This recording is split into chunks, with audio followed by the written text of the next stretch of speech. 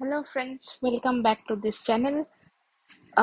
पिछले दो वीडियोस में हमने ऑलरेडी ग्लाइकोलाइसिस का ओवरऑल व्यू एक देखा है और दूसरे वीडियो में हमने बात किया है प्रिपरेटरी फेज के बारे में, जहाँ पे हमारा ग्लूकोज से ग्लिसरल्डिहाइड और डाइहाइड्रोक्सी एसीटोन फॉस्फेट बनता है और फिर ट्राइस फॉस्फेट आइसोमेरेस की मदद से ये डाइहाइड्रोक्सी एसीटोन फॉस्फेट भी ग्लिसरल्डिहाइड 3 फॉस्फेट में कन्वर्ट हो जाता है और इससे बनते हैं 2 मॉलिक्यूल्स ऑफ ग्लिसरल्डिहाइड 3 फॉस्फेट। अब इस 2 मॉलिक्यूल्स ऑफ ग्लिसरल्डिहाइड 3 फॉस्फेट से ग्लाइकोलाइसिस के जो आगे के स्टेप्स है वो आगे बढ़ते हैं। तो इतना जो पार्ट है इसे ही हम कहते हैं प्रिपरेटरी फेज। और यहाँ पे एनर्जी इनपुट होता है, मतलब यहाँ पे एटीपी जरूरत होते हैं। कितने मॉलिक्यूल्स ऑफ एटीपी जरूरत होते हैं? कुल मिला के 2 मॉलिक्यूल्स ऑफ एटीपी यहाँ पे इनपुट होते हैं। अब ये नेक्स्ट जो फेज हम आज पढ़ने वाले हैं डिटेल में, वो है पे ऑफ फेज। ठीक है। अब पे ऑफ फेज में, जैसे कि मैंने पहले ही कहा था कि ग्लाइकोलाइसिस में 3 सबसे इंपॉर्टेंट इरिवर्सिबल रिएक्शंस होते हैं, जो कि रेगुलेटरी रिएक्शंस भी है। उन 3 रेगुलेटरी इरिवर्सिबल रिएक्शंस में से 2 प्रिपरेटरी फेज में होता है। एक तो ये वाला हो गया, और ये दूसरा जो फॉस्फोफ्रुक्टोकाइनेस 1 या PFK1 से कैटालिसिस होता है। जो पे ऑफ फेज है उसमें थर्ड जो इरिवर्सिबल स्टेप है वो होता है, और वो है फॉस्फेनॉल पाइरूवेट से पाइरूवेट बनना, ये वाला। लेकिन उससे पहले थोड़ा सा हम देख लेते हैं कि पहले क्या होता है, क्योंकि ये, हालांकि ये सब रिवर्सिबल स्टेप्स है लेकिन बहुत इंपॉर्टेंट है in terms of enzymatic mechanism of action. तो पहले हम देखते हैं कि ग्लिसरल्डिहाइड 3 फॉस्फेट से पहले 1,3 बिसफॉस्फोग्लिसराइड बनेगा। तो यहाँ पे इसे कहा जाता है सबस्ट्रेट लेवल फॉस्फोराइलेशन। इसका मतलब ये है कि यहाँ पे जो फॉस्फेट आ रहा है वो इनऑर्गेनिक फॉस्फेट है, और यहाँ पे कोई एटीपी इनपुट नहीं हो रहा है। यहाँ पे इनऑर्गेनिक फॉस्फेट आके यहाँ पे जो ग्लिसरल्डिहाइड 3 फॉस्फेट था उससे 1,3 बिसफॉस्फोग्लिसराइड बन रहा है, और यहाँ पे जो एंजाइम काम कर रहा है वो है ग्लिसरल्डिहाइड 3 फॉस्फेट डिहाइड्रोजिनेज। अब डिहाइड्रोजिनेज है तो एक NAD प्लस को ये NADH में कन्वर्ट करेगा।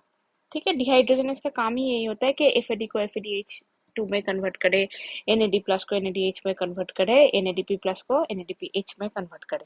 तो यहाँ पे ग्लिसरल्डिहाइड 3 फॉस्फेट डिहाइड्रोजनेज है जो NAD प्लस को NADH में कन्वर्ट करेगा, और इस इनऑर्गेनिक फॉस्फेट के मदद से ग्लिसरल्डिहाइड 3 फॉस्फेट 1,3 बिसफॉस्फोग्लिसराइड बन जाएगा।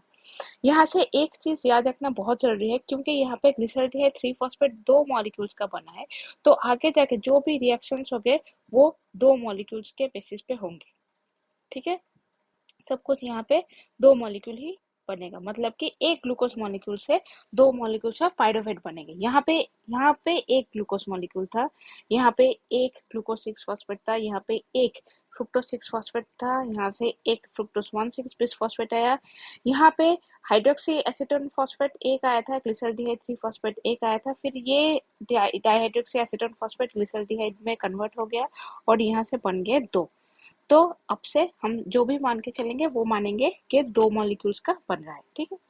अब यहाँ पे देखिए, ये जो रिएक्शन है ये काफी इंपॉर्टेंट है बायोकेमिकली अगर हम देखें तो, क्योंकि यहाँ पे क्या हो रहा है, ग्लिसरल्डिहाइड 3 फॉस्फेट ये एक एल्डिहाइड है। ठीक है। ग्लिसरल्डिहाइड 3 फॉस्फेट क्या होता है? ये एल्डिहाइड होता है, ये है एल्डिहाइड। और जो हमारा 1,3 बिसफॉस्फोग्लिसरेट बन रहा है, ग्लिसरेट, ग्लिसरेट है, इसका मतलब क्या? ग्लिसरेट है इसका मतलब ये एसिड है, राइट? तो एल्डिहाइड से एसिड बन रहा है। तो कैसे बन रहा है ये हम देखते हैं पहले। चलिए देखिए, यहाँ पे कहा गया है कि the oxidation of an aldehyde to an acid powers the formation of compound with high phosphoryl transfer potential. ठीक है। यहाँ पे क्या बोल रहा है कि एल्डिहाइड से जो हमारा एसिड बन रहा है ये है तो एक ऑक्सीडेशन रिएक्शन, क्योंकि एल्डिहाइड से एसिड बनेगा तो ऑक्सीडेशन रिएक्शन तो होगा ही। ठीक है। अब इस ऑक्सीडेशन के वजह से कोई एक कंपाउंड तो बनेगा जिसके जिसके अंदर हाई फॉस्फोराइल ट्रांसफर पोटेंशियल होगा। ठीक है। वो आगे जाके यही यही जो कंपाउंड जिसके अंदर हाई फॉस्फोराइल ट्रांसफर पोटेंशियल है, यही है फॉस्फोइनोल पाइरूवेट। इसके बारे में हम आगे बात करते हैं। ठीक है। तो यहाँ पे क्या होगा, एल्डिहाइड से एसिड बना, मतलब ग्लिसरॉल्डिहाइड 3 फॉस्फेट से 1,3-बिसफॉस्फोग्लिसराइड बना with the help of glyceraldehyde 3 phosphate dehydrogenase. Reduction किसका हुआ, NAD+ का हुआ NADH में। ऑक्सीडेशन किसका हुआ, एल्डिहाइड का एसिड में। ठीक है, ये याद रखना जरूरी है। एल्डिहाइड टू एसिड, यहाँ पे ऑक्सीडेशन हो रहा है। रिडक्शन किसका हो रहा है, NAD का NADH में रिडक्शन हो रहा है।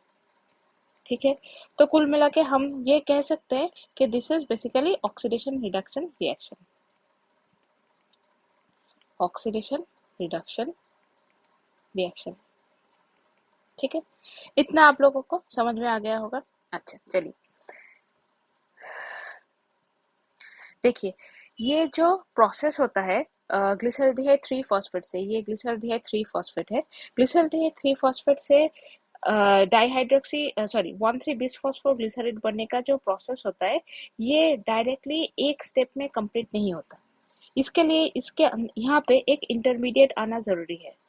ये एक इंटरमीडिएट आता है, तो हम बोल सकते हैं कि पार्शियली 2 स्टेप्स में ये कंप्लीट होता है। पहले तो ये जो ग्लिसरॉल्डिहाइड 3 फॉस्फेट है, इसका ऑक्सीडेशन होगा, और ऑक्सीडेशन होने की वजह से एक इंटरमीडिएट बनेगा, और ये इंटरमीडिएट फिर यहाँ पे डिहाइड्रेशन होगा, और जिस डिहाइड्रेशन की वजह से यहाँ पे ये एसिड बन जाएगा। ठीक है, तो पहले, और यहाँ पे काम कौन कर रहा है, ग्लिसरॉल्डिहाइड 3 फॉस्फेट डिहाइड्रोजिनेज, ये एंजाइम काम कर रहा है। 2 स्टेप में हो रहा है। पहले ग्लिसरॉल्डिहाइड 3 फॉस्फेट से एक इंटरमीडिएट बन रहा है, और इस फर्स्ट वाले स्टेप में, इस फर्स्ट स्टेप में क्या हो रहा है, ऑक्सीडेशन हो रहा है किसका, जो एल्डिहाइड ग्रुप है वो इंटरमीडिएट में कन्वर्ट हो रहा है, और जो NAD+ है वो NADH में कन्वर्ट हो रहा है। तो इसका यहाँ पे रिडक्शन ऑलरेडी हो गया, इसका रिडक्शन यहाँ पे हो गया। यहाँ पे एक ऑक्सीडेशन होके ग्लिसरॉल्डिहाइड 3 फॉस्फेट जो है वो एक इंटरमीडिएट बना रहा है, और नेक्स्ट फेज में क्या हो रहा है, ये जो इंटरमीडिएट बना, ये जो इंटरमीडिएट बना, इसका डिहाइड्रेशन हो रहा है, मतलब एक H2O जा रहा है, और H2O जाके उस जगह पे एक इनऑर्गेनिक फॉस्फेट आ रहा है, तो ये बन रहा है 1,3-बिसफॉस्फोग्लिसराइड। कौन कौन से एंजाइम यहाँ पे काम कर रहा है, ग्लिसरॉल्डिहाइड 3 फॉस्फेट डिहाइड्रोजिनेज। अब ये ग्लिसरॉल्डिहाइड 3 फॉस्फेट डिहाइड्रोजिनेज बहुत इंटरेस्टिंग एक एंजाइम है, इसके बारे में हम यहाँ पे बात करेंगे अच्छे से। ठीक है, देखिए, ये मान लीजिए ये ग्लिसरॉल्डिहाइड 3 फॉस्फेट डिहाइड्रोजिनेज का ये एक्टिव साइट है। This is active site of glyceraldehyde 3 phosphate dehydrogenase. ठीक है, इसमें एक सिस्टीन रहता है और एक हिस्टिडीन रहता है। ठीक है, ये सिस्टीन है, इसका तो SH ग्रुप है, ये SH ग्रुप है, सिस्टीन का SH ग्रुप। ये हिस्टिडीन का इमिडाजोल ग्रुप है। ये CHOR जो है वो हमारा ग्लिसरॉल्डिहाइड 3 फॉस्फेट है। ये है, मान लीजिए, ग्लिसरॉल्डिहाइड 3 फॉस्फेट। R मतलब जो भी CHO छोड़ के जो भी और है दूसरे ग्रुप से, उसको हम R ग्रुप मान के चल रहे हैं। और ये जो स्ट्रक्चर है, ये वाला स्ट्रक्चर, ये स्ट्रक्चर NAD का है। ठीक है, NAD+ का। तो इतना हम आप लोगों को समझ में आ गया होगा क्या है, क्या हो रहा है यहाँ पे। ठीक है, तो यहाँ पे मैं सिर्फ इतना लिख देती हूँ कि ये एक तो सिस्टीन रेसिड्यू है और ये हिस्टिडीन रेसिड्यू है। देखिए, जो पहले स्टेप में क्या होगा, ये जो पहला वाला स्टेप है, इस पहले स्टेप में क्या हो रहा है, सिस्टीन का जो SH ग्रुप है, उस सिस्टीन के SH ग्रुप के साथ हमारा जो ग्लिसरॉल्डिहाइड 3 फॉस्फेट है, जो एल्डिहाइड है, इन दोनों में रिएक्शन हो रहा है। और इस रिएक्शन की वजह से देखिए यहाँ पे क्या हो रहा है। देखिए, यहाँ पे एक SH था, इस SH ने इसके साथ इंटरेक्ट किया, तो इंटरेक्ट करने की वजह से यहाँ पे एक इंटरमीडिएट बना, जिसे हम कहते हैं हेमीथायोएसिटल इंटरमीडिएट।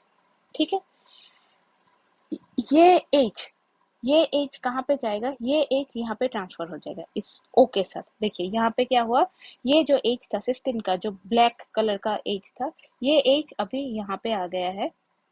ठीक है, C डबल बॉन्ड O जो था यहाँ पे, ये CHO बन चुका है, और S के साथ मतलब सिस्टीन के साथ यहाँ पे एक बॉन्ड बन चुका है।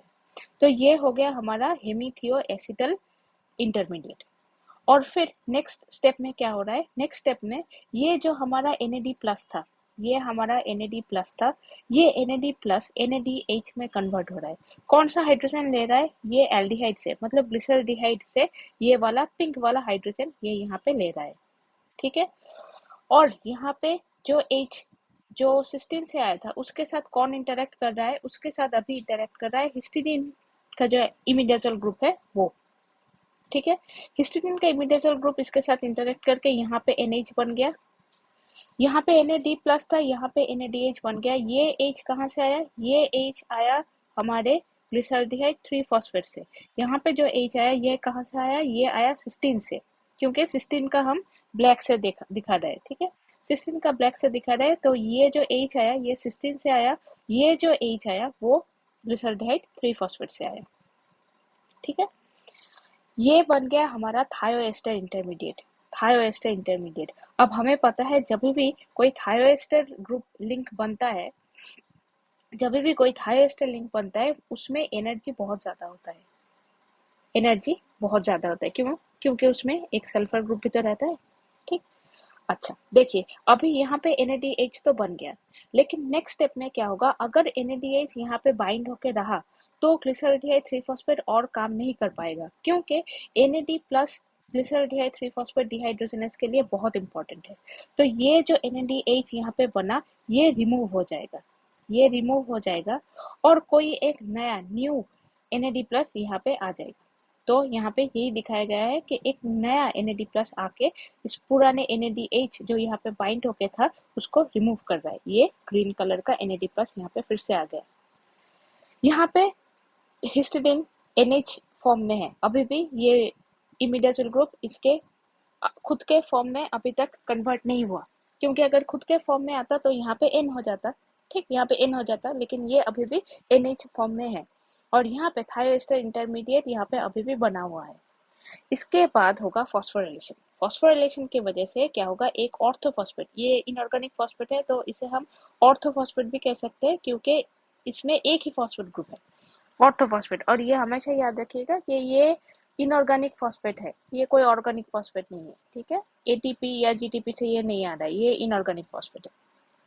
तो यहाँ पे फॉस्फोरिलेशन हो रहा है और फॉस्फोरिलेशन की वजह से ये जो थायोएस्टर इंटरमीडिएट था ये ब्रेक हो रहा है और ये ब्रेक होके बन रहा है 1,3-BPG। ठीक है, 1,3-बिस फॉस्फोग्लिसरेट। साथ ही साथ ये जो सिस्टीन का एसएच ग्रुप है ये अलग हो गया, हिस्टीडीन का इमिडाजोल ग्रुप जो है वो अलग हो गया और यहाँ पे हमारा नया एक NAD प्लस जो यहाँ पे आया था ये भी यहीं पे रहा।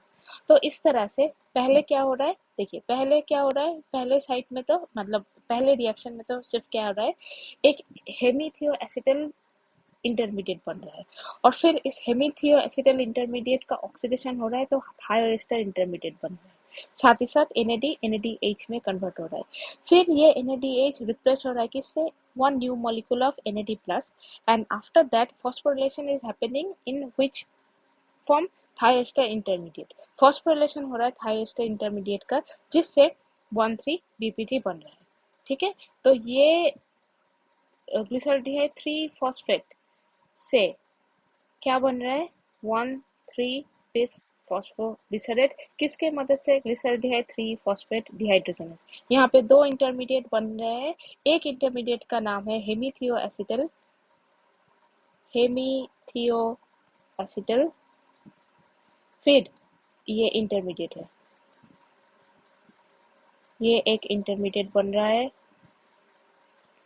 ठीक है, पहले ग्लिसरॉल्डिहाइड 3 फॉस्फेट था, ग्लिसरॉल्डिहाइड 3 फॉस्फेट से हेमीथियो एसिटल इंटरमीडिएट बना, उसके बाद यहाँ पे ऑक्सीडेशन हुआ, यहाँ पे ऑक्सीडेशन हुआ, ऑक्सीडेशन की वजह से यहाँ पे एक थायोएस्टर इंटरमीडिएट बना, थायोएस्टर इंटरमीडिएट बना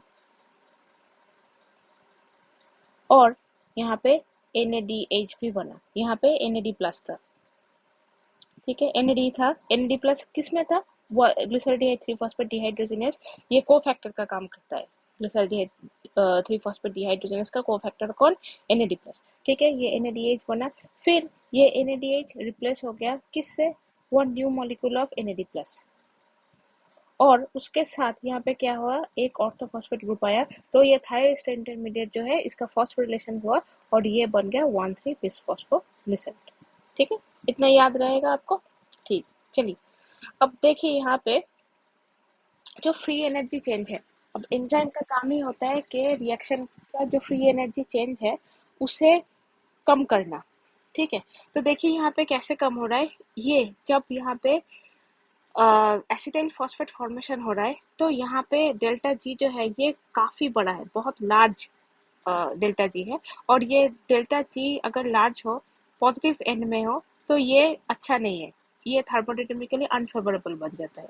लेकिन जैसे ये थायोएस्टर इंटरमीडिएट बनाता है, देखिए डेल्टा जी को, फ्री एनर्जी को कितना कितना कम कर दिया इसने, फ्री एनर्जी को। ठीक है, यहाँ पे इतना ज़्यादा था ये फ्री एनर्जी, और थायोएस्टर इंटरमीडिएट बनने के साथ साथ फ्री एनर्जी कितना घट गया है। तो फ्री एनर्जी जितना कम होगा उतना ज़्यादा ये थर्मोडायनामिकली फेवरेबल हो जाएगा। ये हो गया थर्मोडायनामिकली फेवरेबल। ठीक है, तो इन इंटरमीडिएट्स का काम क्या है, हेमीथियोएसिटल और थायोएस्टर इंटरमीडिएट, ये सब का काम क्या है कि ये इस रिएक्शन को थर्मोडायनामिकली फेवरेबल बनाते हैं। कैसे? फ्री एनर्जी चेंज को घटा के, रिड्यूस करके। ठीक है, अब देखिए 1,3 बिसफॉस्फोग्लिसरेट तो बन गया, और नेक्स्ट फेज में क्या बनेगा, 1,3 बिसफॉस्फोग्लिसरेट से 3 फॉस्फोग्लिसरेट बन गया। अल्टीमेटली हम उस स्टेज में आ गए जहाँ पे एटीपी का फॉर्मेशन होगा। ठीक है, देखिए 1,3 बिसफॉस्फोग्लिसरेट है, 1,3 बिसफॉस्फोग्लिसरेट से 3 फॉस्फोग्लिसरेट बन गया with the help of which enzyme, phosphoglycerate kinase. ठीक है, एक एटीपी मॉलिक्यूल एक एटीपी में कन्वर्ट हो रहा है। एक्चुअली यहाँ पे सब कुछ हम पे ऑफ फेज में सब कुछ हम दो मान के चलेंगे, तो यहाँ पे टू मॉलिक्यूल्स ऑफ 1,3 बिसफॉस्फोग्लिसरेट है, 2 मॉलिक्यूल्स ऑफ एडीपी है। यहाँ पे बना कितना, 2 molecules of 3 phosphoglycerate and 2 molecules of ATP. ठीक है, अब देखिए जो प्रिपरेटरी फेज में हमें कितना लगा था, हमें 2 मॉलिक्यूल्स ऑफ एटीपी देना पड़ा था। ठीक है, अब इस फेज में कितने मॉलिक्यूल्स ऑफ एटीपी रिगेन हो रहे हैं, यहाँ पे 2 मॉलिक्यूल्स एटीपी यहाँ पे लॉस हुआ था। यहाँ पे अगर हम बोले कि यहाँ पे हमारा लॉस हुआ था 2 एटीपी, यहाँ पे फिर गेन हुआ 2 एटीपी, तो कुल मिला के ये बैलेंस हो गया। ठीक है, अब नेक्स्ट जितने भी एटीपी बनेंगे वो हमारे लिए नेट गेन होगा। ठीक है, इतना समझ में आ गया आपको। नेक्स्ट हम बात करते हैं कि फाइनल वाला फेज, जहाँ पे 3 फॉस्फोग्लिसरेट से बन रहा है 2 फॉस्फोग्लिसरेट, और फॉस्फोइनोल पायरुवेट से फिर बन रहा है पायरुवेट। ठीक, देखिए 3 फॉस्फोग्लिसरेट यहाँ पे बन गया, यहाँ पे सब कुछ 2 मॉलिक्यूल्स हो रहा है, सब कुछ यहाँ पे 2 मॉलिक्यूल्स आ रहे हैं। ठीक है, यहाँ पे 3 फॉस्फोग्लिसरेट था, 3 फॉस्फोग्लिसरेट से फॉस्फोग्लिसरेट म्यूटेज की मदद से 2 फॉस्फोग्लिसरेट बन रहा है। ये म्यूटेज एंजाइम है, ये भी बहुत इंपॉर्टेंट एंजाइम है। ठीक है, म्यूटेज 3 फॉस्फोग्लिसरेट से 2 फॉस्फोग्लिसरेट बनाएगा। ये जो PO3 2 माइनस ग्रुप है, इसको कार्बन 3 से कार्बन 2 में लेके आ रहा है, काइंड ऑफ आइसोमेराइजेशन रिएक्शन। उसके बाद एनोलेज काम करता है। एनोलेज यहाँ पे क्या कर रहा है, dehydration 1 molecule of H2O will be removed, और अल्टीमेटली ये बन जाएगा फॉस्फोइनोल पायरुवेट।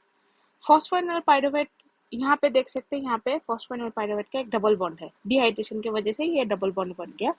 और उसके बाद आता है पायरुवेट काइनेज, जो कि हमारा थर्ड इरिवर्सिबल स्टेप है। ठीक है, third irreversible step of glycolysis. यहाँ पे क्या हो रहा है, फॉस्फोइनोल पायरुवेट फिर से फॉस्फेट ग्रुप को रिलीज कर रहा है, एडीपी मॉलिक्यूल एटीपी में कन्वर्ट हो रहा है, और यहाँ पे बन रहा है पायरुवेट। यहाँ पे अगेन 2 मॉलिक्यूल्स ऑफ एटीपी बन रहा है। तो पहले कितना, जो हमारा प्रिपरेटरी फेज था उसमें लॉस हो रहा था 2 एटीपी, दोनों एटीपी का लॉस हो रहा था। जो पे ऑफ फेज है, पे ऑफ फेज में जब ये 3 फॉस्फोग्लिसरेट से 2 फॉस्फोग्लिसरेट बना, सॉरी सॉरी जब ये 1,3 बिसफॉस्फोग्लिसरेट से जब 3 फॉस्फोग्लिसरेट बना, तब यहाँ पे कितने एटीपी आए, 2 एटीपी प्रोड्यूस हुआ। और फिर लास्ट फेज में जब फॉस्फोइनोल पायरुवेट से पायरुवेट बना, यहाँ पे भी 2 एटीपी गेन हुआ। तो कुल मिला के नेट गेन यहाँ पे कितना हुआ, नेट गेन हो गया 2 एटीपी। ठीक, ये तो कट गया, तो 2 एटीपी हमारा नेट गेन हुआ। किससे, 1 ग्लूकोज मॉलिक्यूल जब ग्लाइकोलाइसिस कंप्लीट कर रहा है, ग्लाइकोलाइसिस से 2 पायरुवेट बना रहा है, सिर्फ इतना तक कर रहा है, तब जाके 2 मॉलिक्यूल्स ऑफ एटीपी बन रहा है। ठीक है, अच्छा, ये मैंने आपको पहले बताया ये जो फॉस्फोग्लिसरेट म्यूटेज है, फॉस्फोग्लिसरेट म्यूटेज, ये काफ़ी इंपॉर्टेंट एंजाइम है क्योंकि ये क्या करता है, ये फॉस्फेट ग्रुप को 3 मॉलिक्यूल से एक तो कार्बन 3 से कार्बन 2 में कन्वर्ट करता है, फिर नेक्स्ट स्टेप में एनोलेज क्या करता है, डिहाइड्रेशन करता है, और नेक्स्ट स्टेप में पाइरूवेट काइनेज से पाइरूवेट बनता है। तो अगर हम कुल मिला के देखें तो ये बहुत इंटरेस्टिंग मैकेनिज्म होता है, क्यों देखिए यहाँ पे लिखा हुआ है phosphoglycerate mutase reaction has an interesting mechanism. Phosphoryl group is not simply removed from one carbon to another. ये यहाँ पे जो होता है, ये जब C3 से इसको जो C2 में ला रहा है, ये आसान नहीं होता।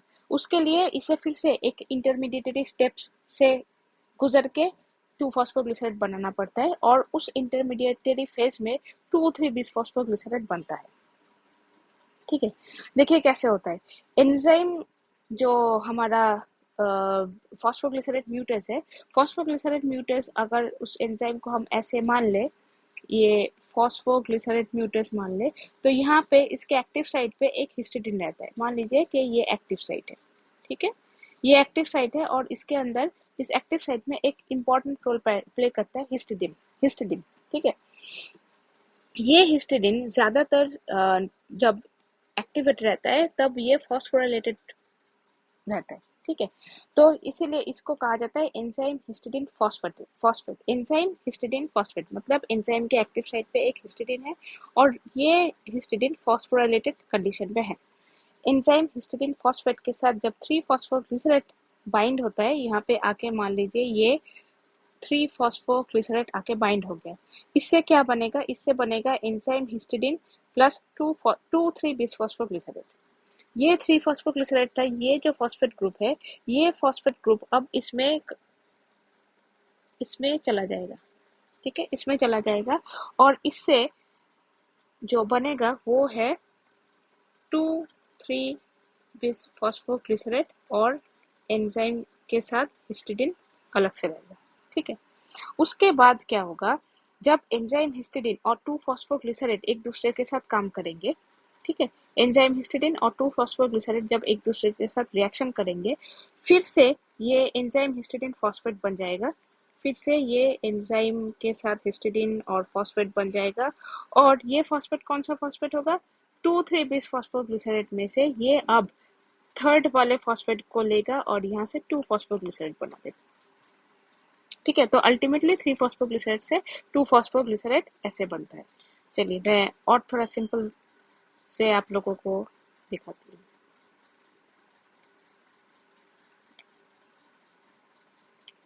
देखिए, मान लीजिए ये है हमारा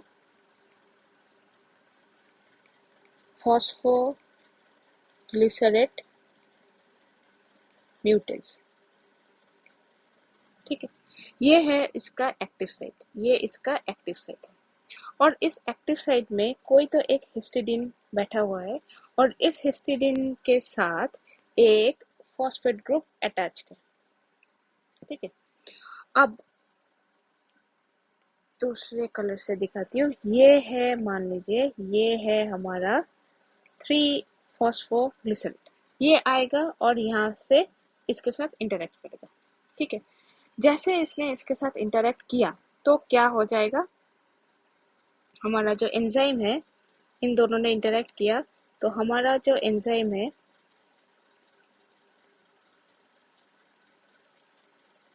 ये इसका एक्टिव साइट था, इस हिस्ट्री थोड़ा सा चेंज हुआ, इसीलिए मैंने कलर भी चेंज कर दिया। थोड़ा सा चेंज क्या हुआ कि अब ये फॉस्फेट ग्रुप यहाँ पे नहीं है, ये जो फॉस्फेट ग्रुप यहाँ पे था ये यहाँ पे नहीं है। इसके बदले में ये फॉस्फेट ग्रुप कहाँ पे आ जाएगा, इसके बदले में ये फॉस्फेट ग्रुप यहाँ पे आ जाएगा, 2,3-बिसफॉस्फोग्लिसरेट बन जाएगा। ठीक है, और फिर इसके इस एंजाइम के साथ जिसके एक्टिव साइट पे हिस्टिडीन तो है लेकिन फॉस्फेट नहीं है, उसके साथ जब 2,3-बिसफॉस्फोग्लिसरेट इंटरेक्ट करेगा तब जाके क्या बनेगा, फिर से हमारा जो एंजाइम है वो फिर से अपने नॉर्मल स्टेट में आ जाएगा। मतलब यहाँ पे एक फॉस्फेट ग्रुप रह जाएगा, ये इसका एक्टिव साइट हो गया, लेकिन अब इसने इस 2,3-बीपीजी में, पहले हमारे पास 3 बीपीजी था, अब 2,3-BPG हो गया, मतलब ये जो फॉस्फेट ग्रुप है ये किसके साथ कहाँ पे आके जुड़ा, सेकेंड वाले ग्रुप पे। अब इसने जो फॉस्फेट ग्रुप लिया वो कौन से कहाँ से लेगा, इसने जो फॉस्फेट ग्रुप लिया वो लेगा ये थर्ड वाला कार्बन, ये जो थर्ड वाला कार्बन है, सॉरी थर्ड वाले कार्बन पे जो फॉस्फेट ग्रुप अटैच्ड है वो हिस्टिडीन ले लेगा और 2-फॉस्फोग्लिसरेट बनाएगा। ठीक है, इस तरह से यहाँ पे काम करता है। अच्छा, जब 2-फॉस्फोग्लिसरेट बन जाता है, 2-फॉस्फोग्लिसरेट बनने के बाद नेक्स्ट क्या होता है, एनोलेस काम करता है, और एनोलेस काम करने के साथ साथ यहाँ पे डिहाइड्रेशन रिएक्शन होता है, और डिहाइड्रेशन रिएक्शन होने की वजह से फॉस्फोरेनल पाइरूवेट काम करता है। ये एक बहुत high energy transfer potential compound है। ठीक है, जैसे कि एटीपी है, एटीपी में भी हाई एनर्जी ट्रांसफर पोटेंशियल रहता है, उससे भी ज्यादा रहता है फॉस्फोरेनल पाइरूवेट में। फॉस्फोरेनल पाइरूवेट में बहुत ज्यादा होता है, एटीपी से भी ज्यादा, इसीलिए तो फॉस्फोरेनल पाइरूवेट एटीपी सिंथेसिस में हेल्प कर सकता है। अगर आपके पास एनर्जी रहा तभी जाके आप किसी और को एनर्जी दे सकते हो। यहाँ पे फॉस्फोरेनल पाइरूवेट जो है, फॉस्फोरेनल पाइरूवेट एटीपी सिंथेसिस में काम कर रहा है, मतलब फॉस्फोरेनल पाइरूवेट के पास जो एनर्जी ट्रांसफर पोटेंशियल है that is higher than ATP. लेकिन ये जो हाई फॉस्फोरल ट्रांसफर पोटेंशियल है ये फॉस्फोरल पाइरूवेट के पास आया कहाँ से, कैसे रहता है, क्यों रहता है, देखिए ये है इसके हम बोल सकते हैं कि ये एनोल टू कीटोन फॉर्मेशन की वजह से होता है, एनोल टू कीटोन फॉर्मेशन। ठीक है, देखिए पहले ये फॉस्फोरल पाइरूवेट है, फॉस्फोरल पाइरूवेट से एडीपी से एटीपी बन गया, और ये जो पाइरूवेट बना ये पाइरूवेट पहले तो एनॉल फॉर्म में रहेगा, और फिर एनॉल फॉर्म मतलब यहाँ पे एक CO माइनस भी है, यहाँ पे एक CO माइनस है, और यहाँ पे एक डबल बॉन्ड है, और फिर जाके ये पाइरूवेट बनेगा। पाइरूवेट मतलब ये अभी कीटोन फॉर्म में बन गया। ठीक है, ये जो C डबल बॉन्ड C था और इसके साथ COH था, अब यहाँ पे C डबल बॉन्ड C के जगह पे यहाँ पे एक सिंगल बॉन्ड आ गया है, लेकिन C डबल बॉन्ड O आ गया है, तो ये कीटोन फॉर्म है, क्योंकि यहाँ पे ये C double bond O group है, राइट। तो यहाँ पे एनॉल से कीटोन बन गया। इस रिएक्शन की वजह से ही फॉस्फोरेनल पाइरूवेट के अंदर इतना ज़्यादा ट्रांसफर पोटेंशियल रहता है। ये जनरली जो है that is basically second carbon और थर्ड कार्बन के बीच में कुछ रीअरेंजमेंट होते हैं। कौन से रीअरेंजमेंट, देखिए the formation of pyruvate from two phosphoglycerate is an internal oxidation reduction reaction. ठीक है, Carbon 3 takes electron from carbon 2 in the conversion of 2-phosphoglycerate into pyruvate। देखिए ये है यहाँ पे हमारा 2-फॉस्फोग्लिसरेट, इसको थोड़ा मैं साफ कर देती हूँ। देखिए ये है हमारा 2-फॉस्फोग्लिसरेट और ये है हमारा पाइरूवेट। जरा कार्बन 2 और कार्बन 3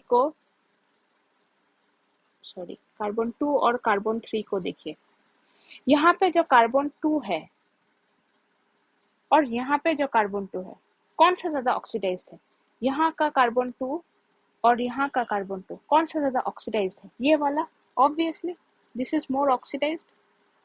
और अब कार्बन 3 को देखिए, कार्बन 3 यहाँ पे दूसरा कलर देखिए, कार्बन 3 ये वाला और कार्बन 3 ये वाला, कौन सा ज्यादा ऑक्सीडाइज्ड है और कौन सा ज्यादा रिड्यूस्ड है, ऑब्वियसली ये वाला ज्यादा रिड्यूस्ड है और ये वाला थोड़ा कम रिड्यूस्ड है, ये तो बोल सकते हैं कि ये ऑक्सीडाइज स्टेट पे ही है, OH ग्रुप है। ठीक है, तो कार्बन 2 और कार्बन 3 में यहाँ पे इंटरनल ऑक्सीडेशन रिडक्शन रिएक्शन होता है जब 2-फॉस्फोग्लिसरेट से एक मतलब पाइरूवेट बनता है। ठीक है, देखिए compared with 2-phosphoglycerate C3 is more reduced in pyruvate whereas C2 is more oxidized। अभी हमने बात किया C2 जो है पाइरूवेट का वो ज्यादा ऑक्सीडाइज्ड होता है compared to 2-phosphoglycerate, और C3 जो है वो ज्यादा रिड्यूस्ड फॉर्म में रहता है। तो यहाँ पे क्या हो रहा है, कार्बन ऑक्सीडेशन। ठीक है, कार्बन ऑक्सीडेशन क्या करता है, जैसे कि मान लीजिए जब 1,3-बिसफॉस्फोग्लिसराइड बना था, आप लोगों को शायद याद होगा, जब 1,3-बिसफॉस्फोग्लिसराइड बना था तभी भी हमने यही कहा था कि कार्बन ऑक्सीडेशन की वजह से हाई फॉस्फोराइल ट्रांसफर पोटेंशियल बन रहा है। किसके अंदर, फॉस्फोएनल पाइरुवेट के अंदर, क्योंकि जो हम 2-फॉस्फोग्लिसरेट और पाइरुवेट के बारे में बात कर रहे हैं उसके बीच में कौन आ रहा है, उसके बीच में कौन आ रहा है, फॉस्फोएनल पाइरुवेट, ठीक है।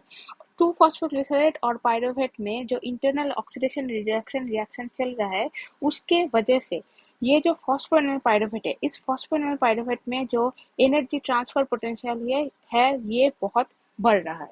So that is the main reason this internal oxidation reduction reaction, this is the main reason that it is, this phosphoenol pyruvate is having higher, I mean huge amount of phosphorylate transfer potential more than ATP, ठीक है।